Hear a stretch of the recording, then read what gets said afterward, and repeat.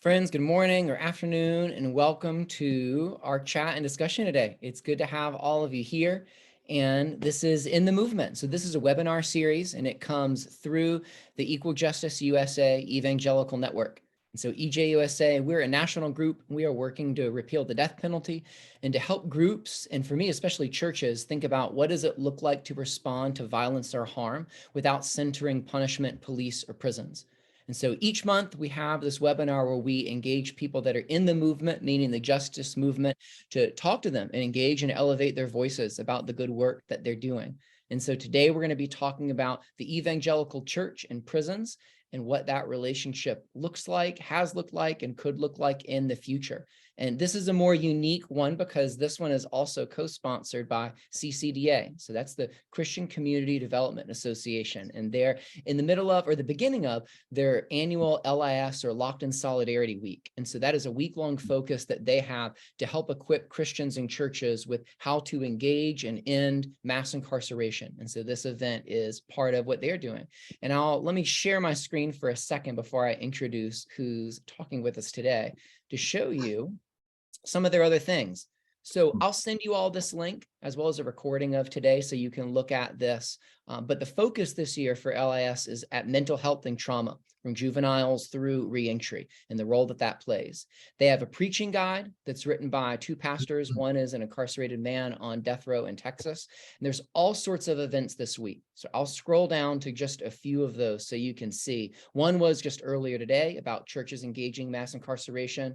We'll have one with some therapists who are coming to talk about the effect of mass incarceration on the psyche. We have one individual talking about education behind bars. What does it look like to educate those who are incarcerated? There's us today. And we've got some other things that are going on this week. So check it out. Take a look at that link that I'll send you all just to see what all is going on. So CCDA is an incredible group doing a lot of incredible work. So again, know that we'll record this and we'll send you all the link, and any links that we talk about while we're in the conversation today, I'll either put in the chat and or send you in an email after, and we'll save time at the end for a Q&A. So as we're talking, feel free to put questions in the chat, to put it in the Q&A, or to save it till the end, and you can put those in the chat and we'll get to and answer those. So who I have with me today is a new and recent friend that I met. And so he is a social theorist at UCLA, and his name is Dr. Jason Sexton. And we'll talk about what this means, but he's a social theorist, a cultural historian, and a formerly incarcerated theologian. So Jason, thank you, friend, for coming here to talk today. I'm so honored, Sam, to be with you all. Been enjoying these conversations and glad to be part and contribute my small bit. That's great. Yeah, I appreciate you having watched these and then reaching out, and then we struck up some good conversations.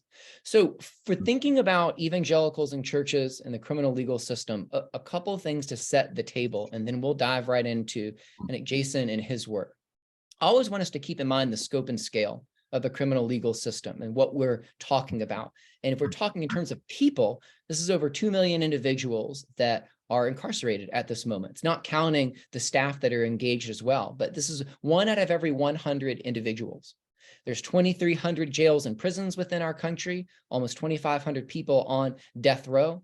We have almost 1 million police officers. So the scope of the system with a capital S is big. But the scope of evangelicalism is huge. There's 100 million evangelicals in this country alone, which is 1 out of every 3 people. And that's self-identified evangelicals. So this is a massive movement, which is great, but it's also huge. The spectrum of individuals that consider themselves evangelicals are huge. And if we think about our last evangelical president of Donald Trump, 13 people were executed under his watch, which was more than the previous 60 years. But yet there was a measure of criminal justice reform that came out of his administration. So there's always this push and pull relationship with evangelicalism in the system that in some ways works to grow it and in some ways works to shrink it and work in spite of it. And then I also want us to always keep in mind the historical Christian role within the system, and that prisons themselves are a reform of earlier efforts of torture and execution. And that we had Christians in Pennsylvania who said in the 1700s, this must stop. Let's isolate people and confine them and mimic the conditions of a monastery. And maybe that will catapult them into repentance. Now we know this doesn't work. But yet I want us to remember Christians helped build what they did. And so one of my huge goals is calling Christians to help undo the harm that's happened and then to build something else. And so that's part of what Jason talks about in his research involves in writing about this and calling the church to be aware and move to a different place. So Jason, let's start with this kind of where you are situated. What does it mean to be a social theorist and a cultural historian? Yeah, so I mean, before that question, I'm just thinking about the conversations you've been having so far, Mona Cadena and Will Simpson last time, Eric. I just love, you know, the leadership you're providing to this conversation. You know, with obviously CCDA here, Christina Four and Jamila Hodge and Equal Justice USA, and these the ways that we're sort of moving these conversations forward that are bringing in so many different people. So that's sort of, I guess, me. So as the social theorist, I should say, Sam, you called me a few other things too, namely a prison theologian, which I've actually never been called that before. I've been called many things, right? I've but never that. I've been called. Yeah, we'll take it or leave it. But you know, and maybe this will do it great. You know, does that capture things, or is that a no? And I feel we can learn a lot no matter if you like that label or not. No, I think maybe. I mean, because I do work on the prison. I also am coming from a you know, I have had a carceral experience, having spent 3 years in the California Youth Authority, but now find myself as an academic, as a scholar, teaching in the sociology department at UCLA, which is one of the top, I guess, number 3 sociology department in the country. And so I do theory there, right? Gathering data, but also trying to make sense of what's happening. And that concept of theory, I'm not sure my colleagues really understand sort of, you know, with the etymology of the term, sort of, you know, theos and then res, or, you know, how you get sort of theory, you're sort of trying to make sense of things in a broader sense. So I try to do that, but I'm also a cultural historian. I study evangelicalism, I study American religion, I study California, and so I'm trying to make sense of social relations as they've come down to us. So historically, right, and how this has brought about social and ethical behavior in the past, how that has come to us in the present, so we can make sense of the present. I edited a journal with the University of California called Boom California, and so did a lot of that historical work, but do have my PhD in theology. So I've taught in a history department. I currently teach in a sociology department. I work also with environmental scientists on sort of big ethical questions about place. There are some of these colleagues who are working on the environmental impact, for example, of prisons. And so I'm happy to see some of that work. Some are also interrogating this notion of greening the prison. I'm not sure if you've heard of that, but as a positive way of trying to help folks on the inside prepare for the outside, and yet it continues to reinforce the system. And so some environmental scientists have been critiquing that. Okay. One thing I've seen you talk about in some of your writings, you talk about decarcerating your theology. Right. I think maybe people might be more familiar with decolonizing theology, right? If we're talking about the role of white supremacy within different institutions, but what does it mean to decarcerate theology, and how is that a part of your work? Right, decarcerate. I'm not sure if, I mean, we published this article last year with me and some friends, Sarah Jobe from the Duke Prison Initiative, Vincent Lloyd from Villanova, and a couple others. It came out of a prison abolition working group that's part of the Society for Christian Ethics. And we came together to sort of brainstorm how can we produce something helpful for the classroom, mainly for religion, theology, and ethics classrooms. So I have taught this small article, you know, we give several tips about, you know, this thinking that's in our mindset.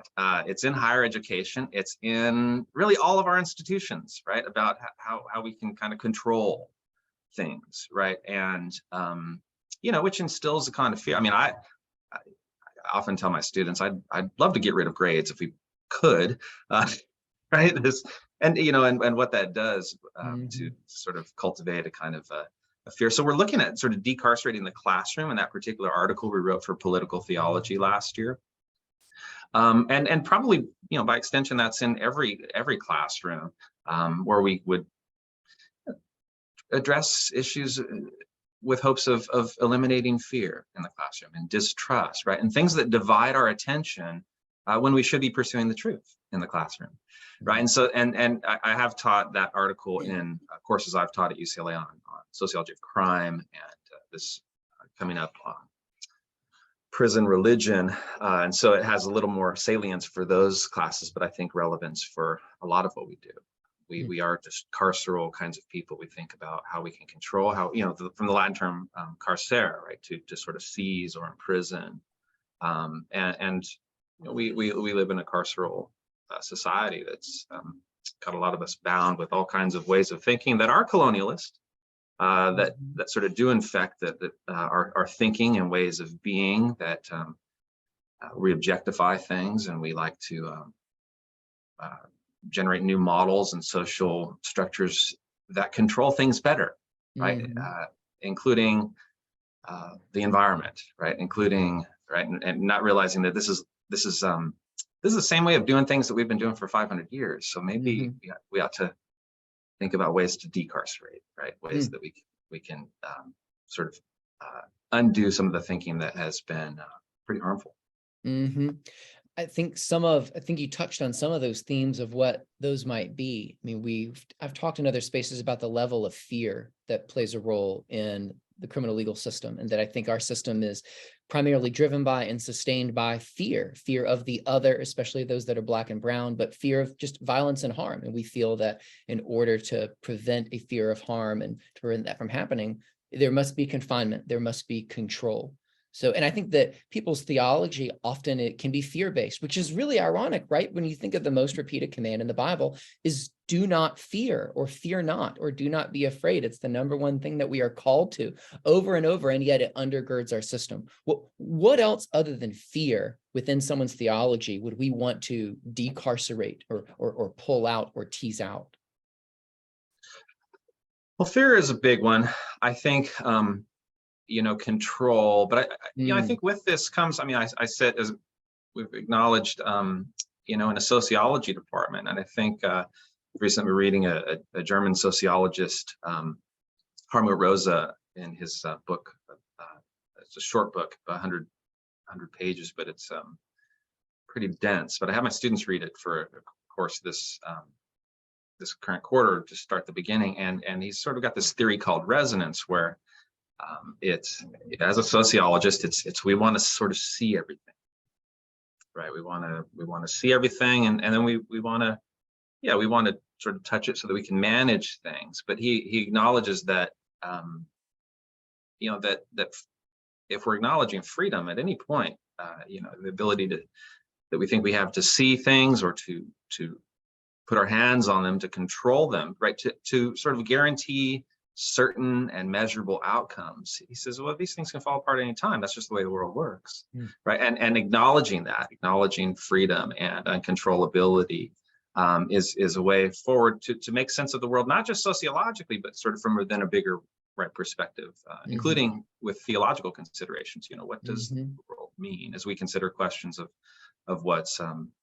transcendent and what's real beyond what we just see, knowing that what we see is not necessarily all that there is. And I think that's the same with folks who are of course incarcerated, right? What we see, and I think we've heard this before, particular action. And of course, I would never assume that everybody who's incarcerated is there for something they actually did, right? When 95% of the people incarcerated in this country are there for taking a plea bargain, right? They played the game, they knew what to do, they took a lesser sentence. And not to say that folks haven't done harmful things, and at one level, I think as Christian people, I hope would acknowledge, are all victims and offenders to some degree. But so I think these claims of objectivity, as well as fear, right? And if we don't have these this objective look so that we can control things, then of course we have fear. I think those are other things I think we need to really disentangle from ways that we've been all infected by this colonialist mindset that wants to see things not just as object, but also things that we can possess, right? Control. And once we do that, then things will be okay. Hmm. Don't think the world works like Right, right. But we find that in all kinds of places. And I think about evangelicalism, and one of its most beautiful things is its desire and ability within apologetics to give an answer to and to be able to respond to and defend the faith. But yet a darker side of that within evangelicalism is to make people feel like they should have a response and answer to everything. And that. I Yeah, think everything. under Perfect that answer. is a Universal. desire for control. And I Yeah. think under a desire for control almost always is fear. And so again, we come back to within Mhm. evangelicalism and some of the places where it's gone, and that's not dissimilar from our system and the Mhm. knee-jerk reaction of control that underneath that is fear. Yeah. Yeah. And fear of losing what we have. I mean, it's sort of this kind of it's a project that's been in the work for a long time. Yeah, yeah. Well, I want to talk about California a second, since you're at UCLA, and I'm thinking about California's death row. It has 690 people, which is by far the largest in the country. The next closest one is less than half that size, and it's Florida, which might not surprise a lot of people. So if we're talking about kind of your space in California, what have you encountered or seen within California that helps to account for this? Not only as I mean, even considering the size of California, this is still really disproportionate. If we're looking at something like its death row, how did something like that happen within the prison system in California? Well, I mean, I remember growing up and watching sort of the fights about that were happening in California about who's about to get executed and different, actors and public figures who would be. And I remember watching that. Of course, this is the 80s. I'm 44, and I grew up in Northern California in a prison town. In fact, an hour east of the Bay Area, it's a flood zone, a weird place, where the Mexican mafia was founded in the DVI prison in 1954. And I had a lot of friends whose parents were locked up. And so the death penalty was, I guess, as a kid, I was watching it happen with folks and with, those sensational crimes that were that happened in the 80s and 90s as mass incarceration was at full tilt. With the building of the prisons. Under our current governor, we actually haven't executed anybody in California. He sort of symbolically, Gavin Newsom, when he became governor, closed the death penalties, took there would be no executions under his governorship. But of course, California did lead the way in these extreme forms of punishment, punishment of crime in this country. California is, it's been said by historians, Kevin Starr, California is America in extremis. So, we'll go one way or another depending on who's in leadership. And we've got, of course, California, though, we've got, as you mentioned, 690 people on death row. But even though we've symbolically closed death row, we are on the daily sentencing people to death on our streets. I mean, we've most populous state in the country and the most wealthy, but we can't house our residents.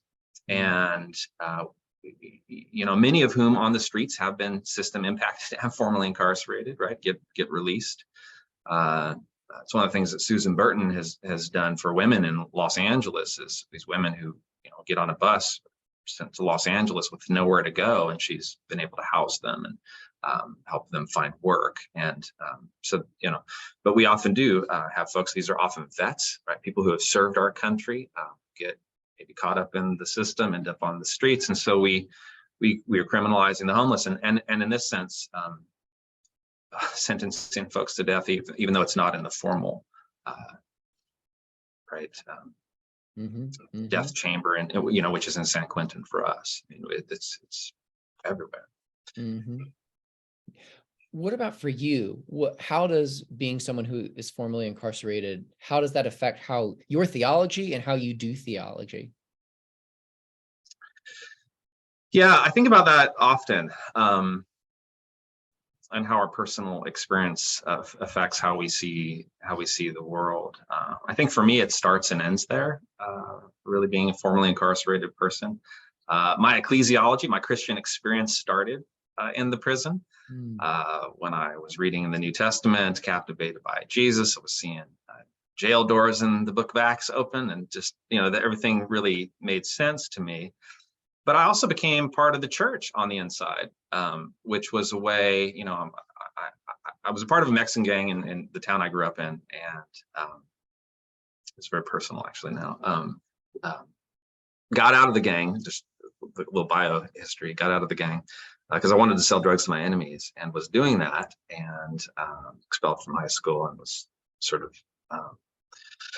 living in an interesting context. But when I took a plea bargain for battery and drug charges and other things, I knew I was on my way to prison. I was had been part of a Mexican gang, but am of Irish ethnic descent. And so in the prison, things fall along racial lines, and so you got to figure out who you belong to. And so there were all sorts of pressures. And when I found myself captivated by Jesus and willing to follow him, I was sort of brought into this whole new dynamic of what is the church inside of the California Department of Corrections juvenile division. And so I had to find those people, and it was a complicated dynamic, but these were people who pray, these were people who were organized on the inside, who gathered, and a lot of my church experience, my ecclesiology starts there. And it's in a lot of ways Black church that's radically inclusive, it's fluid on the inside. It's not subject to, for its reality, subject to the state or any sort of institutional intervention. Although there's a lot of people that go inside a prison, the church is governed by the Spirit on the inside. It looks different at different times and in different places. And I also had a moment. Of course, it's with it's also what and maybe we'll talk about this later, the church on the inside, but it's something that when I think about my carceral experience with the church on the inside and how I understand what the prison is in the world today, and being a formerly incarcerated theologian, this is something that I didn't always wear, as it were. There was a moment when I was finishing my PhD, and a theologian at Emory called Kendall Solon said, just finished your PhD, what are you going to do next? And he said, focus on the prison. And this was even before Michelle Alexander's book had come out. So the conversation really had not started in full orb like it is now. And I do find a lot of other folks that I interact with constantly, UCLA, and seemingly everywhere I work, people are impacted by the system, and many have been formerly incarcerated. It affects everything I do.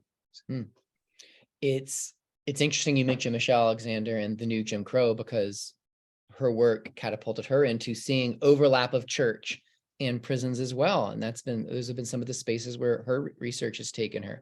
So you've said, and this is a quote from you, and I'd love for you to expound on it. You said, mass incarceration will never end unless its theological roots are addressed. What are some of those theological roots, and why does it matter to acknowledge those to end mass incarceration? Yeah, I should start by saying not everybody agrees with me on this. I hope to convince people along the way, and I'd say that most people, who are leading the efforts in prison reform today in this country, when I say that, they think, well, wait, are you saying our work that doesn't matter, isn't gonna? No, we are starting to move the needle, and so I do want to acknowledge that people who are doing good work might think that this argument, as I'm developing it, would undermine their efforts to end mass incarceration, but I don't think it necessarily does. I have gone so far to suggest that that if the genealogical reading of the prison, if we don't understand kind of what it is historically, right, what this entity is, where its various moves and shifts are. If we don't understand the prison, if this doesn't come off rightly, then we're perhaps not even talking about the same thing. And I find that a lot of reformers and prison abolitionists often do make this mistake, which means that, in my view, that their efforts really at the state policy level, all the way down to communities, their efforts could end up not only being unintelligible, but also they might find themselves talking simply into a void about something they've not really got a proper grasp on, and so don't really fully understand. So I think, Foucault noticed this point that we tend to exist in the West, with the sort of these assumptions that the prison is ontologically basic.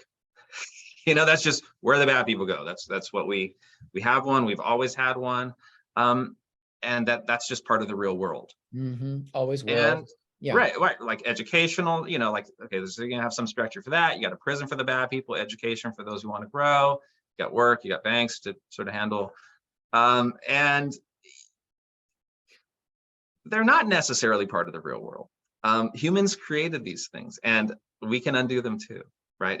They've been here for a long time, and the genealogy is complex.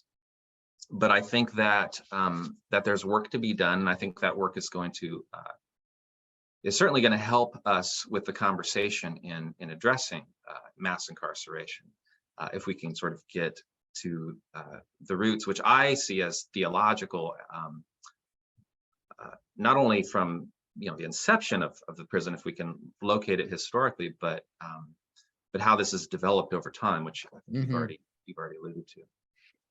I think it's interesting that quote from you that I was saying before isn't mass incarceration will never end unless its church roots are addressed, but it's theology, right? Obviously, it's people that do these things, and I feel like you're saying that, but under that even are these ideas and a theology that fuels the people who then go and do it. And I feel like what you're saying is getting at the bedrock of what is this misconstrued theology that helped build this thing on such a massive scale, and let's address and tease out that. Yeah. Views about humanity, views about sort of things that are ultimate, and how do you deal fear with and the control, oppression? some of those things we talked about already. Yeah. So I also know that you've called prisons a failed Protestant experiment. And I feel that's a really intentional phrase. So I mean, in one way, I want to break it down. Like, how are prisons failed? How is it uniquely Protestant? And how is it an experiment? Though I might have alluded to a little bit of that earlier. Yeah. The modern prison is in the West, is a failed Protestant, which means it's a failed Christian social experiment. Yes, I think it is.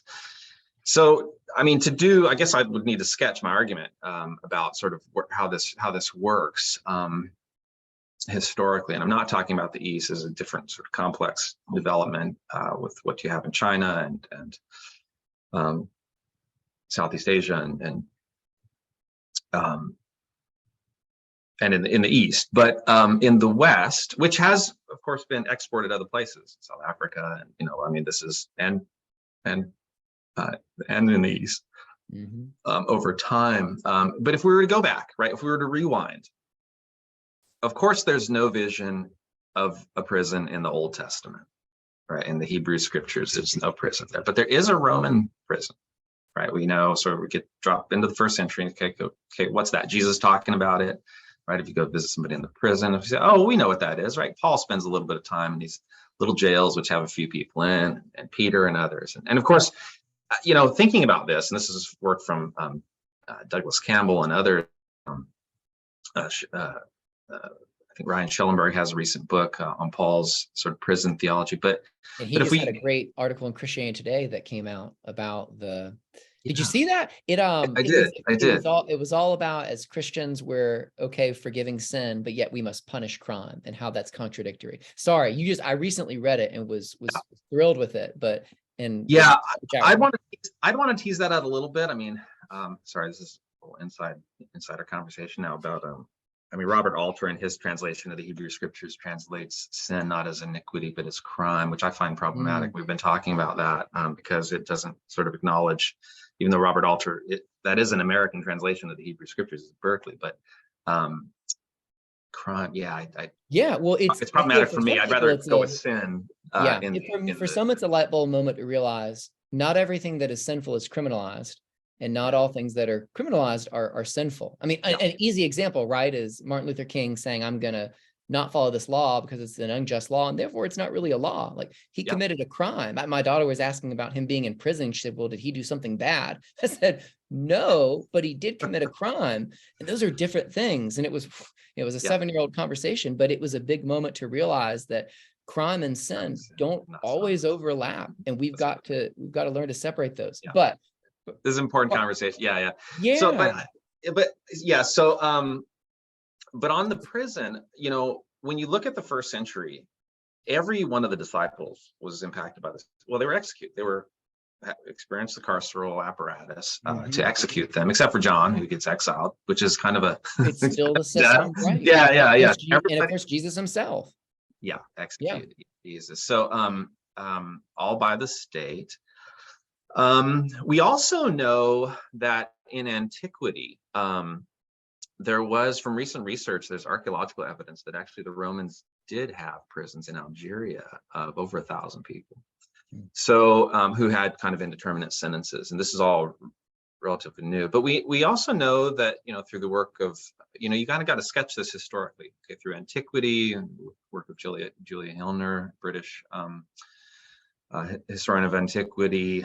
We know there's this Constantinian moment where the church and Rome are now together as empire, where bishops are saying sort of who gets incarcerated, right? There's that, right? The empire is Christians. We also have medieval innovations that are happening, which is where you mentioned earlier solitary confinement, right? Which was for offending priests, and what we know now were torture chambers. But it wasn't just priests; others were put there too in the medieval period. We know, of course, in the modern era in Europe and England, you have jails in England in every county. You have, you know, different things happening under the king, but you have constantly reform efforts with leaders like John Howard, Jeremy Bentham. They all have sort of religious visions of what's supposed to happen with people and how society is supposed to work and how people can change.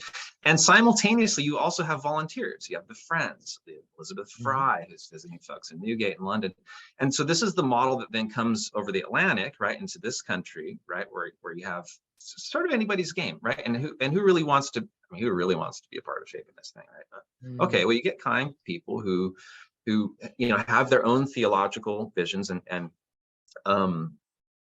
Jennifer Graber's book, I think, helpfully shows how her book, The Furnace of Affliction, shows that you know, the Calvinists, the Congregationalists, the atheists all have different views of what to do to bodies, what to do to people who are problematic. And it includes debtors, you know, it includes, you know, so we have this history here. And Ashley Rubin's book showed that in the modern era, Ashley Rubin, who's a professor, sociologist at University of Hawaii, her book, The Deviant Prison, shows how, you know, the Quakers sort of developed the thing in Pennsylvania, and a few states adopted that model. You had no prison in the South because obviously we had slavery. So you had, but then you have in northern New York, you have the Auburn model of the prison, which is really the one that's adopted throughout, which Ashley calls the deviant prison. It's very problematic, but that gets adopted nevertheless. It's what you have out in San Quentin out west, and then of course after the 1860s, it's what you have start to develop in the South. And so this model, which incorporated a lot of things, right? And then when you have the prison developing out west, you have a chapel in the prison right away, you know. So but it's complicated and you have prisoners building these things. Now in the late 20th century, this is where things, to me, as a scholar, get interesting, especially interesting because amid unprecedented American affluence, right? When World War II, all this, everybody comes home. U.S. leaders at a key moment in the 1960s, start to focus on crime, right, as a mode of governance. And Jonathan Simon charts this in his book, Governing Through Crime. It's not, you know, I mean, every institution governs crime, right? If bad things happen, you fix it. But this was a shift, he argues, that we structured everything to be sort of ready to deal with crime and deviance. And there's he looks at the Lyndon Johnson's 1968 Safe Streets Act, which is a key moment that unleashes federal dollars, right? Things are happening in the streets. in different cities, riots and so on. And now federal dollars are on their way to police the streets, to make them safe, right? To sort of, and so it's meant to be for sort of social services, but also policing, right? To enforce the law. That's what the dollars are for. But if policing happens well, right? If they do their job, then the result, I think we know what happened is primary beneficiary of those dollars was the prison. Mm-hmm. So states are using those dollars, and so in 1973 things start ratcheting up, and that's 50 years from today. You know, mass incarceration is coming down to us. So that's where we're dealing with that, and we've built this carceral apparatus like the planet has never seen, right? Mm-hmm. In size and scale, and Christian people, right? And right? Nixon, Quaker, Chuck Colson, one of his advisors, like, right? Billy Graham, right? And as Aaron Griffith has detailed, helped facilitate tough on crime logic, and they facilitated this project, this mass incarceration building project, and they made it easier over the decades, these last 5, to lock people up. Mm-hmm. And you know, mass incarceration, as you've acknowledged, and I've loved listening to these conversations, because yes, it's not made people safer. It's exacerbated inequality. It's harmed people even further. The modern prison is a failure, and it's a failed social experiment that at its root has never been adequately, in my view, interrogated for millennia, at least 2,000 years. And so we should end it. Yeah. Sometimes my discussions with people go in the direction of, well, how are we defining safety and how are we defining success, right? If we're defining success in the sense that it is funded and that it grows and that people are within it and that we can show some numbers, sure. But if we're talking about actual safety of body, if we're talking about the thriving of communities, then that's where things get incredibly debatable. When we talk about what does it actually look like as a society to not have no violence, because as we believe people are fallen and violence will always be present, but to one, have less violence, to not have the unique kinds of violence we have in the United States, and for that violence to not be perpetuated by the system.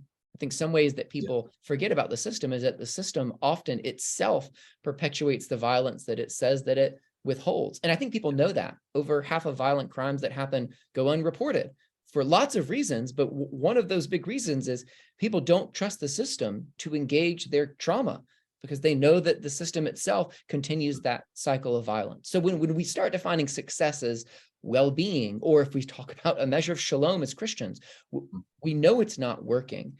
And I think some of your research and your work is showing evangelicals have a unique role in that. So in a little bit, I know this is hard, you use language of talking about evangelicalism's eugenics logic.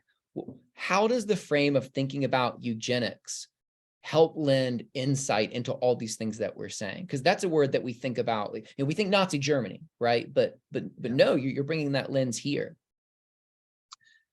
Right. So eugenics. Thanks for bringing that up, Sam. And I have a lengthy, I've shared with you a lengthy article currently under review. We'll see what happens with that. I'm not, I think the editors of particular journals might be nervous to be the first one to come out and let me say it. And I did publish a small article on this. I don't know if you, which asks if evangelicalism's, I can actually put it in the chat here. Okay. If not, you can send it to me and I'll email everybody after the things we're referencing. Yeah, it's there to, it's a sketch of it, but not with all the sort of juicy details. It's a gloss, as it were. The new Jim Crow, I guess we could start there, right? Trying to sort of explain, first of all, how did mass incarceration happen? That's Michelle Alexander's contribution. I think it's been sufficiently critiqued by folks like James Foreman and Adana Ismani and others. And even Michelle has been, critical of her own work, and that she has done more, in my view, than anyone, or as much as anyone, for the conversation. And I'm grateful for her doing that. But I think two legal scholars, Laura Appelman and Jonathan Simon, have been at work with a number of articles, especially Laura, trying to say that, okay, perhaps the better explanation for how mass incarceration happened is a persistent eugenic logic that has been hard baked into American US penal policy, especially at the Supreme Court level. But from our country's beginning. Now, folks weren't talking about eugenics in the 18th century. It's a pseudoscience that developed in the mid to late 19th century and was all the rage. In the 1920s, our Supreme Court justices, I mean, everybody had this mentality. Eugenics, that's the way to help humanity move forward. We got to get rid of the bad stuff and cultivate the good stuff. Yeah, and even here at University of Virginia, where I'm in Charlottesville, has a huge history with eugenics that is increasingly documented. Yeah, it was prevalent. We forget that. Yeah, and we did, and well, yeah, because once the Nazis got good at it, then we said, well, we don't want to do that anymore. But it didn't go away, and of course, it was. I mean, what's the bad stuff? Bad stuff is obviously in Khalil Muhammad's book, The Condemnation of Blackness, Black folks.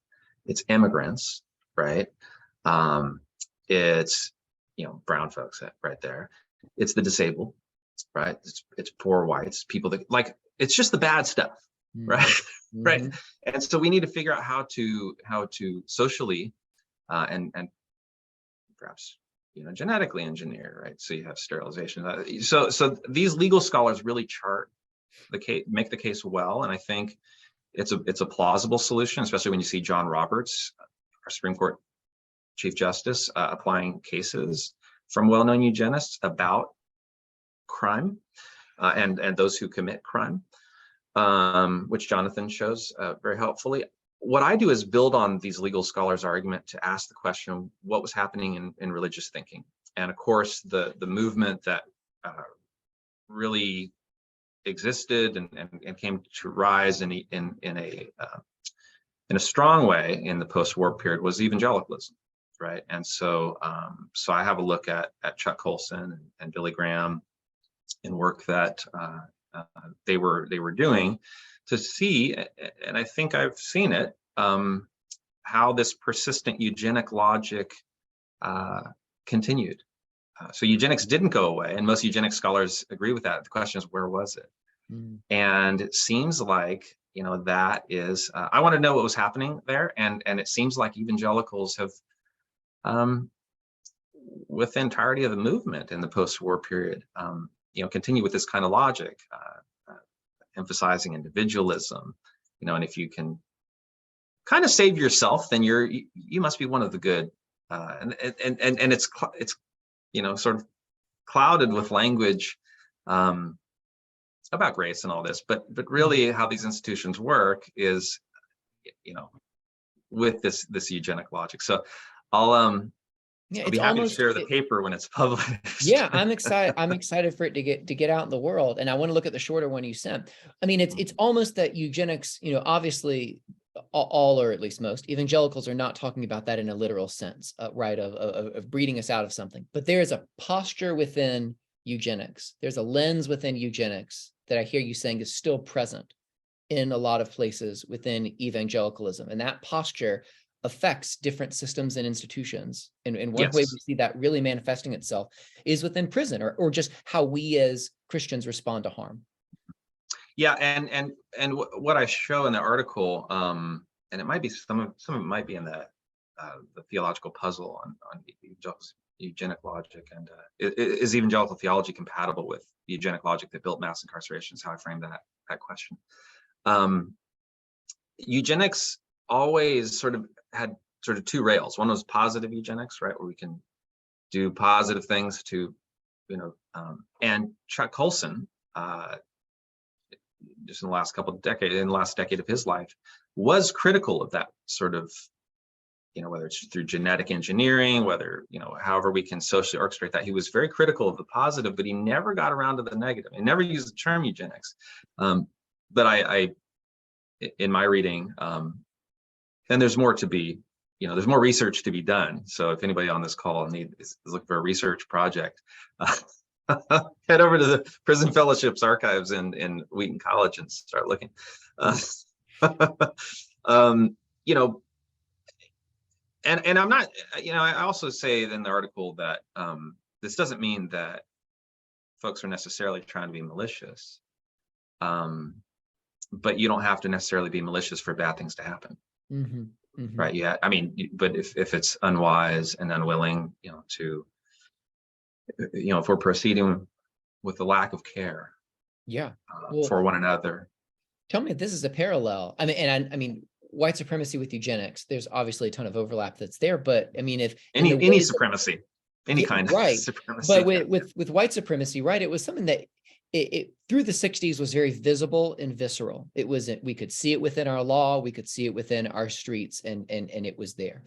A lot of laws changed, and that's right and beautiful and good, but white supremacy was not removed. Sort of like when slavery ended in 1865, right? Slavery ended, but the idea of white supremacy remained. I mean, people like Brian Stevenson would say slavery didn't end, it just transformed. It just kind of moved with where it was. I mean, with eugenics, it wasn't that there was an end. There is a less present, almost haunting of it that is still there. And I hear you pulling those pieces and calling attention to those really dangerous pieces of it and the ways that that still influences how we do life as Christians. Totally.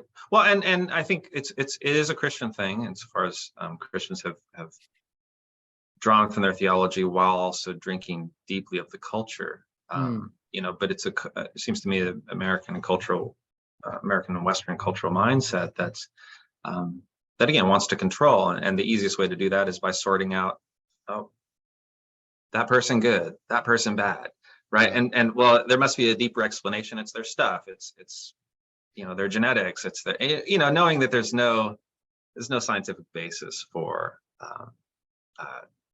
this parsing out, just like there's no scientific basis for a difference in races among, and that's a way of this state codified control, which is what it was about. It was a control project, and it was driven by fear. Yeah, there's another research project, right? Someone do a dissertation on that obvious overlap. So in our last 10 minutes, I want to pause a second and remind everybody, feel free to put in any questions into the chat. Feel free to put anything in the Q&A, and we've got some time to answer anything specific that you all have. So in lieu of that, we'll keep talking, but don't hesitate to put something in if anything that Jason or I have said stands out to you. So while we wait to see if anything comes from that, Jason, what is prison church as a phrase and as a reality? I want to make sure people hear what that is. Yeah. Well, prison church is church on the inside. And it exists, as mentioned earlier, largely in contradistinction to other both formal and informal actors in the prison. It exists in spite of the chaplain, in spite of the warden. And sometimes the wardens and chaplains can be very problematic, incentivizing folks to become Christian and in some ways doing violence. And we have stories of those, and I'm in touch with folks on the inside who exist in all kinds of dynamics in relationship to their to the other state actors, many of whom are wonderful folks trying to support, but also chaplains who receive a paycheck from the state usually have a mandate. They're required to keep folks on the inside at arm's length, and they call it over familiarity. You can't get to know folks, so there's the system is not built to really the prison structures to acknowledge even the humanity of the folks who are on the inside, and yet if the church is there because the Holy Spirit created it by the power of the Word to bring folks into a reconciled relationship with God the Father. Right? They exist in that, and it's an interethnic, intergeneration. It's a dynamic. The church on the inside is a wonderful thing. And I've written about it in a lot of ways. What's that? And thriving in a lot of ways, as the church often does under persecution and in spite of whatever the empire is.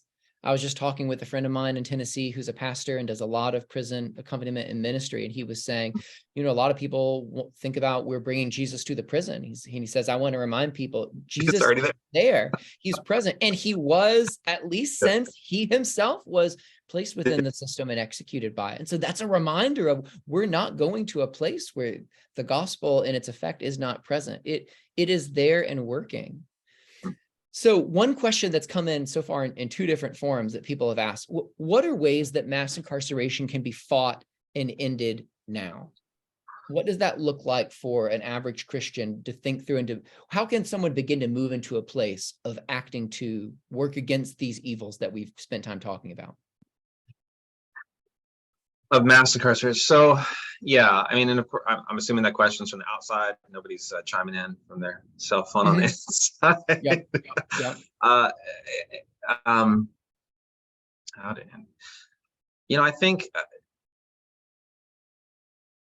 because the prison is over there, wherever there is, that's where those people go. We often, it's just easy to be at arm's length from the, to treat those who've been affected. I was talking to a successful businessman yesterday who ran a successful company. And I said, well, do you hire formerly incarcerated folks? And he says, well, we haven't really made it an issue. And this is a brewer, a very successful brewer.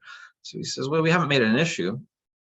And I of course thought, well, but you've got to eliminate the I mean, you also haven't realized the other issues that systemically as a culture for hiring we've placed. So like you've also not been actively engaged in trying to support. Of course, we've also supported tough on crime policies. We're going to have to sort of be, I think, more connected with folks on the inside and formerly incarcerated folks, but also support policies that do that make effort to change the game. And we also need to, I think, be careful, and as you just mentioned, the last point, how we, I think a lot of people who want to help end the system can end up also doing harm, right? By sort of perpetuating how the system continues to think when someone's become a Christian, all your problems are over, and it's or sort of undercutting, I guess, the organic experience that folks are having on the inside. So that's all sort of, it's complicated how we do this, but it's going to start also with this consciousness, right? That we have this historical consciousness that we have built this, that we are actively doing things that we're not often thinking about. Yeah. And we need to start. This is sort of Ruthie Gilmore's answer. We need to start telling new stories.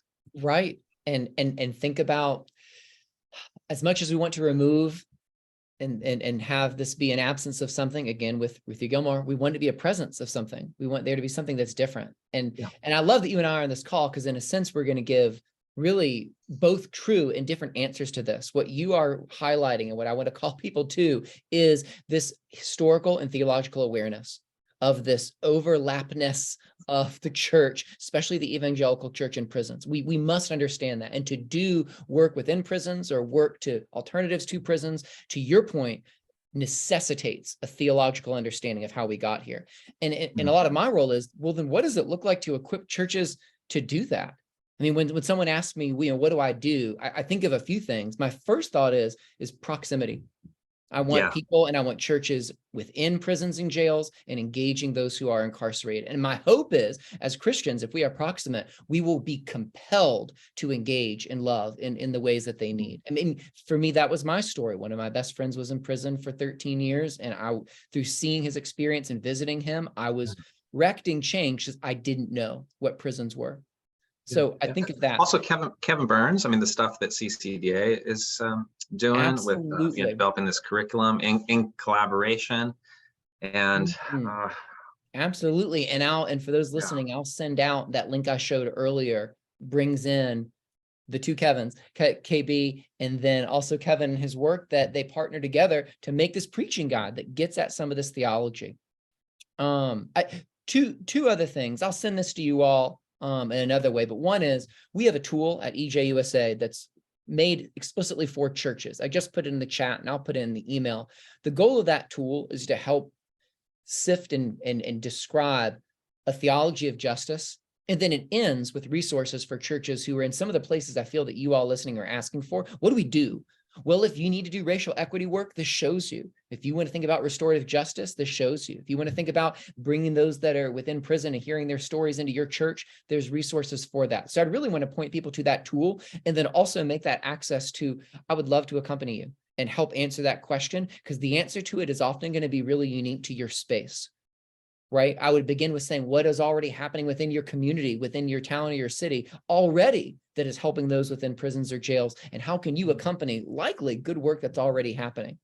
And then the last one, because I feel people have wanted to get really practical with this, think about community violence intervention work.